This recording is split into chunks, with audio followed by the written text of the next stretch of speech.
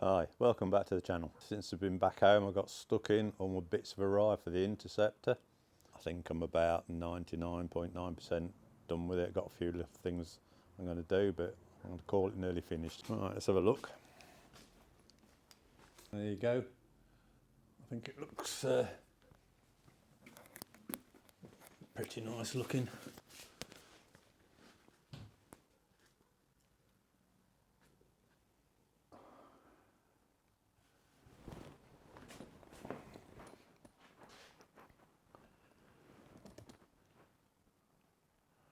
I'll run through the list, what I've done with it in a minute, and just a bit of a walk round.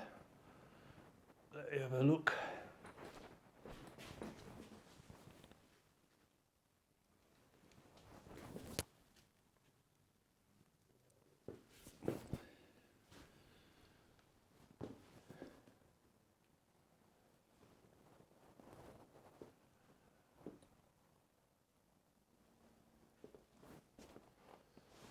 Get my list and we'll start at the front and make our way through to the back then.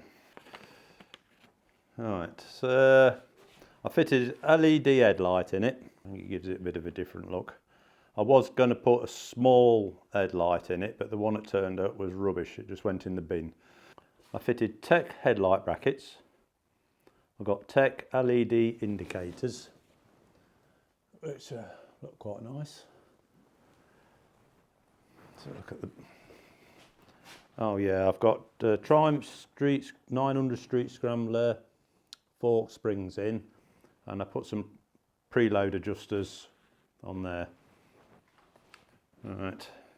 Handlebars are from Ace Classics, the desert sled bars. These are higher and wider, because the look I'm sort of was trying to go with this bike was sort of the Triumph Bonneville 1969-70, early 70s, American.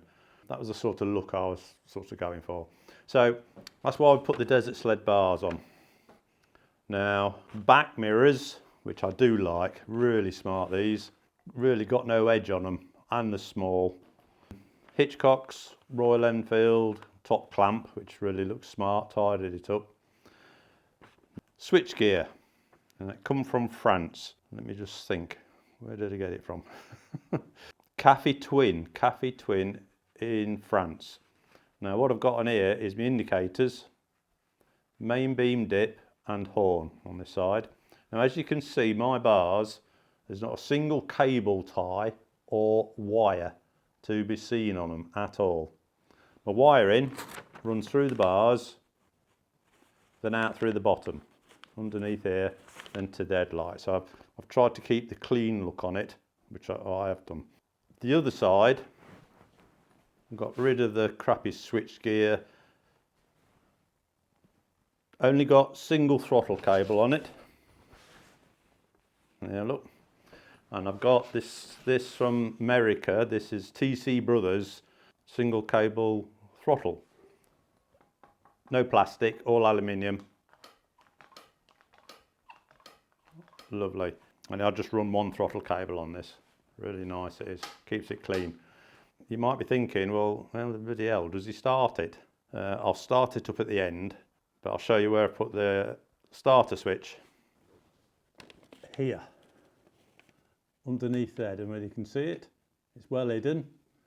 You can't see any wiring, all the wiring's out the way so it can't be seen. And this switch is metal actually, real top quality. It come from Cafe Twin in France. Out the way. This is similar sort of thing I used to do when I was building chops, trikes and whatever else like. I think that's about everything on the bars. Put new grips on it, got bar-in weights which I had here anyway. So I think that gives the bike a really nice clean look, uncluttered. You know, like I say, there's nothing worse, is a cable ties strapped to the handlebars and bunches of wires all over. This is how I like things if I can do it. Right, moving back. Oh yeah, as you've seen on my video, I'm relocated my regulator rectifier, which is here, on a solid clamp. Well, you've seen on the video, if you look back on the video, you'll see how I've done that. Looks dead neat, dead smart. It shouldn't get covered in crap and should stop it from overheating. Make my own wiring loom, etc. as per usual. I'm beginning to think I don't like buying anything really. Or maybe a case of a lot of the time what I can buy, I'm not happy with what people send me. That's me, innit, eh? Right, tank strap. This is from Raw and Rugged. I don't know whether you can see that on there. Leather, beautiful work this. Really, really pleased with it. Very, very nice. Leather tank strap. Raw and Rugged seat cover.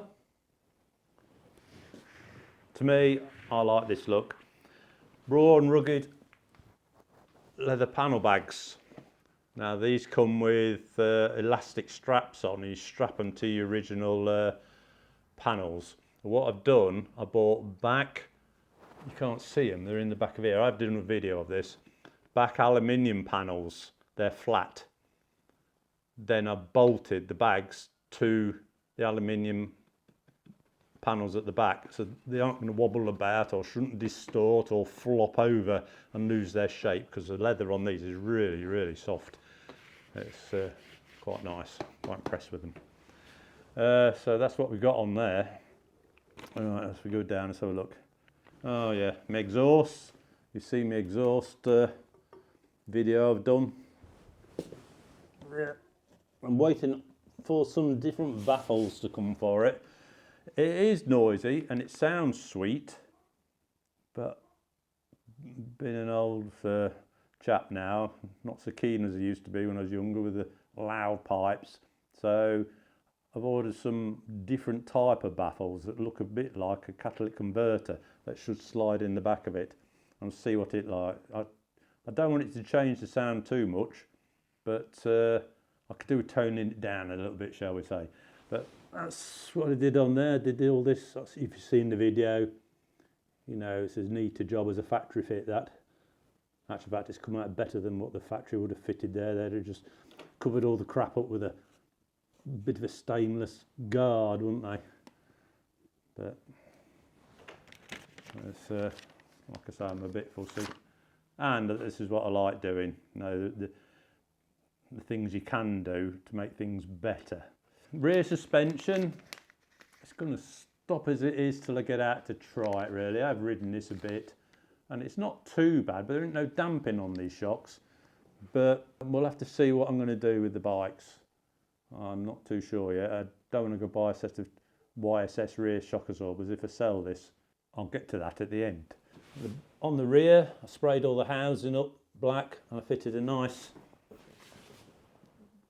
Tech LED light. Let me just turn it on. There you go, look. I think it looks quite smart, that. Oh, I might as well show that headlight while it's lit up. That's dip, that's main beam. Don't really know how effective it is at night on the roads, but riding a motorbike on the roads in Bulgaria is not one of the smartest things to do. Right, where we go round. I've repainted all the grab rail on it. Mini indicators on the back, of course. Oh yes, let's have a look. I've done the evap delete.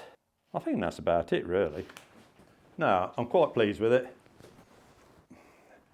Two things will happen with this. It'll either be keeping it and it just be an ongoing project. I'll still do more stuff. Thinking of changing the gear levers because they're a bit crap, aren't they? And the brake lever the same. I see Tech do some nice ones. I might do that. There's rear shocks, but it all depends. Trouble is, I've got along with everything else, a bad back, and it's my bad back actually that's causing the problems with my stomach. I think the spine's getting a bit knackered. You know, years and years of motorbike racing and riding in general. When I was younger, I was in the clubs. I was often in Europe on hardtail chop, you know, so enjoy your life when you're young and pay for it when you get older, don't you? But never mind, it's by the by. But I'm going to have to see what's best for me to ride. I could just keep this for sunny day and ride to my local town or something, cup of coffee, but I don't know, we'll see. It's not me really. So we'll see. Right, I suppose I'll fire it up. Ignition on. The starter switch is on there, so when you're sat on the bike, you just put your finger down here.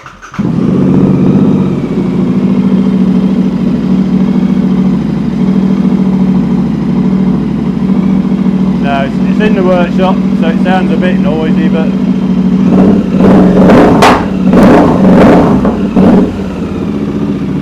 sending my mic red.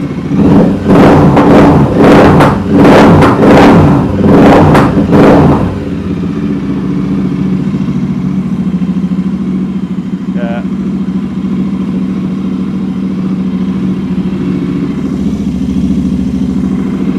No, it's stone cold, only just fired it up.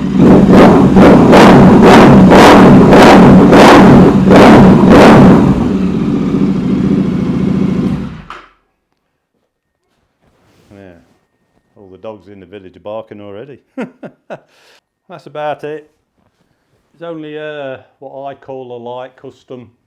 This, I could have done whatever I wish with this. I could have chopped it up completely, but the idea was to keep it A, sellable, just in case, B, still okay for Sue to ride on the back. One thing I like about the Interceptor and my Bullet, they're quite low to get on and off, which is becoming a bit of a problem for me with the Himalayan. But the problem is the Himalayan's like a magic carpet to ride. That's its big positive. You can't have suspension like the Himalayan and a low bike like this with the Bullet. So it's a bit wet to see. But whatever happens, I've got to sort it out so I can continue riding for many a year if possible. Right, so I hope you enjoyed this. There is videos on most of the individual stuff I've done. Oh, yes, one thing. I was going to do a video on replacing the brake hoses. It is quite a nightmare job because the ABS block is under the tank, but it's inside the frame. And to get the ABS block out completely, because you couldn't get to the bolts on the bottom hose, which goes to the front wheel, to the front caliper, you've got to take all the wiring out. Wiring harness has got to come out because there isn't enough free play to lift the ABS block out, even with the ABS block plug power to it disconnected. So I ended up replacing the top line because it's black. I didn't like the clear one on, so I've only replaced the top, but it looks dead neat, doesn't it? Everything's sort of black or chrome, and the stainless original line is a milky colour anyway. I just didn't like it, but that's made it look nice. So I'll stop rambling on about my bike, as I usually do. I hope you enjoyed this. I hope you like the looks of this. Leave any comments down below, anything you want to know about it. Obviously I answer. If you want to do any of the modifications I've done on the bike, please have a look on the videos I've done. I seem to be I think people are clicking on a video thinking, oh, I like what he's done there. And instead of watching the video, you just keep sending me messages. I don't mind, but it's so I'm getting hundreds, if not thousands of different messages on how do I do this? Where did you get that from? All the information is in the videos. I don't mind, but it does cut the work down for me a little bit. And YouTube for me, it's what little bit of money I make doesn't even pay for the fuel for me to put in the tank. So just try and keep the work side of it down a little bit. If you can't find it on the video, ask me, not a problem, I'll answer you. But it does get to you a little bit when all the information of how to do it, where I got it from is on a video, and instead of watching the video, you just send me messages. And you can tell actually by looking on the eBay YouTube system, it tells you how long people's watched the video. Now for videos, say 25 minutes, 30 minutes long, and people's watched 10, 15 minutes of the video, they don't watch the end of it, then they'd sooner just send me a message then, how do you do this? Where did you get that from? Watch the video. I'm not giving you a bollocking, I'm just saying. Right, I better go. Hope you like the bike. It's turned a bit of a plain Jane into something a bit different. It's not everybody's cup of tea. A lot of people like the bikes as they come out of the factory. Nothing wrong in that. This is what I like. And if I do keep it, I should be doing more mods to it, slowly, bit by bit by bit, but I've got to make my mind up what I'm doing with it. Because to be honest, one of the things is not exactly practical as an everyday rider now, is it? You know, if I get caught out in a rainstorm, it could soon look a mess. So I don't know, I don't know. Right, I'm going now. Big thumbs up, please subscribe, it's free and it helps me with the channel. Any questions, we always do answer them, even if it's about how do you do this, how do you do that. But please look at the videos, and I'll see you again in the next video, which is, I think I'm going to put some different risers on Himalayan. Stop me getting a bit of backache on it. Right, I'm going now, I'm going. Cheers.